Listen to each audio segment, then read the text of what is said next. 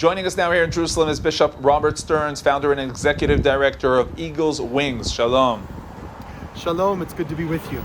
You're saying good to be with you, and it was indeed important for you to be here in Israel during these days of war. Well, I believe that we know who our friends are truly in the moments of our greatest need. And the state of Israel and the Jewish people have no greater friends than the evangelical Christian community around the world. And so I've been bringing groups to Israel since 1994. I was here on October the 7th and stayed for many days in the beginning of that terrible, terrible time. And then we had just sent back one of my groups. I had 46 pastors from 22 different states across America. We sent them back at midnight on Thursday, and of course the next day the war broke out. But I believe that I am able to effectively communicate to the global Christian world what is happening here in Israel by being here on the ground. And so we stand in friendship and solidarity with the state of Israel and with the Jewish people. Now let's relate to President Trump's decision to bomb Iran. We're hearing that the evangelical Christian community was a significant part of the pressure on the president to take part in the war. Well, listen, I was thinking back to the founding of the state of Israel. When President Harry S. Truman, a lot of his advisors were telling him, listen, do not get involved in this dispute. Do not recognize Ben Gurion and the new state. And Truman, at that moment, drew on the inspiration of what he knew to be true and right. And 11 minutes after Ben Gurion signed the statehood in Tel Aviv, Truman picked up the pen and he said, "I am Cyrus." And he declared America's recognition of the newborn Jewish state. And I feel that President Trump, in an absolutely similar fashion, in a moment of existential crisis for the state of Israel, decided that he must do, in the spirit of Truman, he must do what is morally right and decisive. And he took his place in the annals, not only of Israeli history and American history, but in the annals of world history. President Trump took his place by this act of decisive moral clarity. And I'm so glad that the evangelical community was able to add its support and strength to the president's inner resolve and determination to do the right thing. Now, regarding the ceasefire, we heard the latest quotes from Trump criticizing Israel. What do you tell those who are concerned when they hear quotes like those? Listen, to be very honest, a lot of these things are developing in real time. And, I don't pretend to have all of those facts and reports right at my fingertips, but I will say this. I believe that President Trump is acting in Israel's best interest in wanting to see a lasting peace brought forth here. Obviously, his policy is always peace through strength. And so I believe his actions are going to be consistent with what he believes is best for the strength of the people of Israel. And I believe that those results will speak for themselves. Now, regarding the groups you bring to Israel, what can you tell us about the responses? What affects those who come to see things from up close? Absolutely. Well, since 1994, I've had the privilege of bringing over 35,000 people with us here to Israel. And most recently, our focus has been on particularly bringing pastors, young pastors in their 30s, their early 40s, bringing them here to the land and letting them experience it firsthand. I grew up in an evangelical home. We were pro-Jewish, pro-Israel, but what was the problem? I didn't know a Jew. I'd never met a Jew. So for most evangelical people, the Jewish people exist as an abstract idea. Israel exists as a concept in their mind. But when you get them here to the land, a few things happen. Number one, they feel that they are home.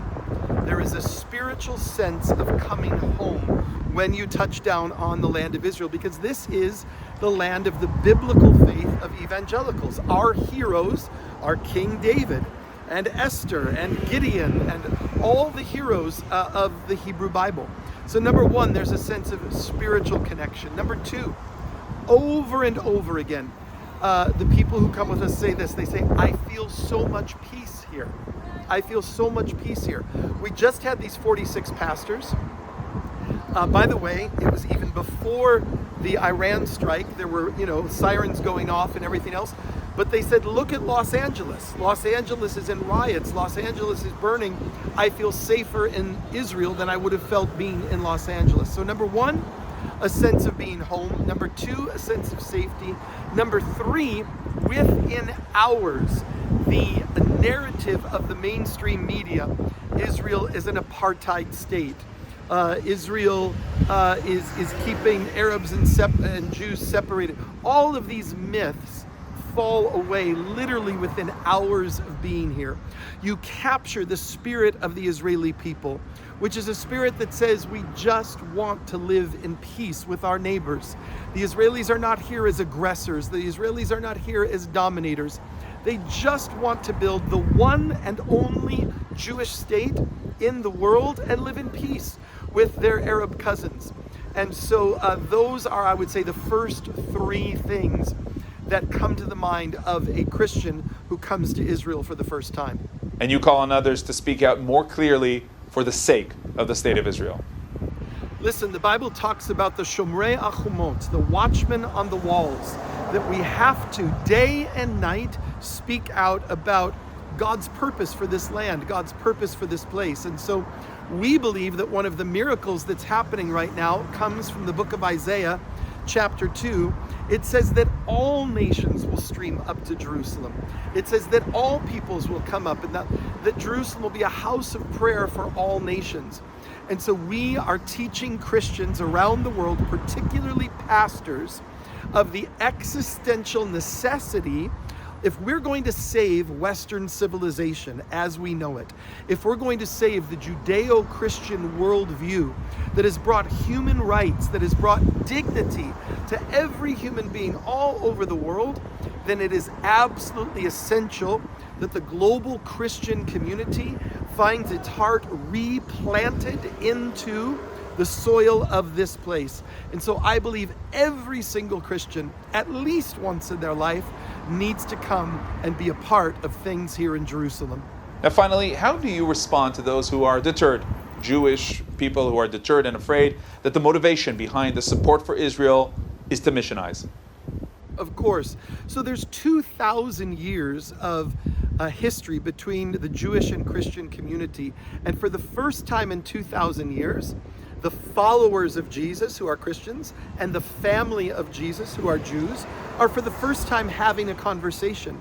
The Jewish community has every right to be suspicious, every right to be concerned about Christian motivation. And there are many assumptions that are made.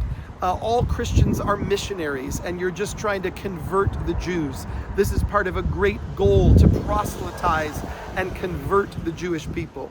Or the second idea is this is about the fact that all Jews must make aliyah before Jesus can return. These are the kinds of things that are very painful places to communities that have not been in conversation for a very long time. But I want to say that we're living in the day of contemporary Christian Zionism. We're living in the world of today's Christian Zionism. And my response is this. My motivation for standing with Israel and the Jewish people is three things. Number one, we owe a debt of gratitude to the Jewish people. The Christian faith would not exist without Judaism. You are our foundation and you are our root. Number two, we owe a debt of repentance to the Jewish people. Horrible atrocities have been committed under the banner of the cross against the Jewish people. So we have a responsibility for teshuvah, for repentance, to stand in repentance for the horrors that have happened in the past. And number three, we have today two shared enemies that are attacking both of our peoples. One is the enemy of radical Islam, a radicalized Islam that is determined to have a caliphate all over not only the Middle East, but the world. And the second enemy is the radical left wokeism, radical secularism that wants to eradicate any knowledge of God in the midst of the earth. And so Jews and Christians, even though there is an uncomfortable and difficult history, we must understand that we're not living in the time of the past. We're living in the time of contemporary Christian Zionism. And I believe that we have to build on this foundation of gratitude for the Jewish people, repentance for what has been done in the past, and standing together, of Christians in the past, and standing together on behalf of our shared values against radical wokeism and radical Islam. Bishop Robert Stearns, founder and executive director of Eagle's Wings, thank you very much. It's an honor to be with you. Hazak ve'amatz ve'am Yisrael chai.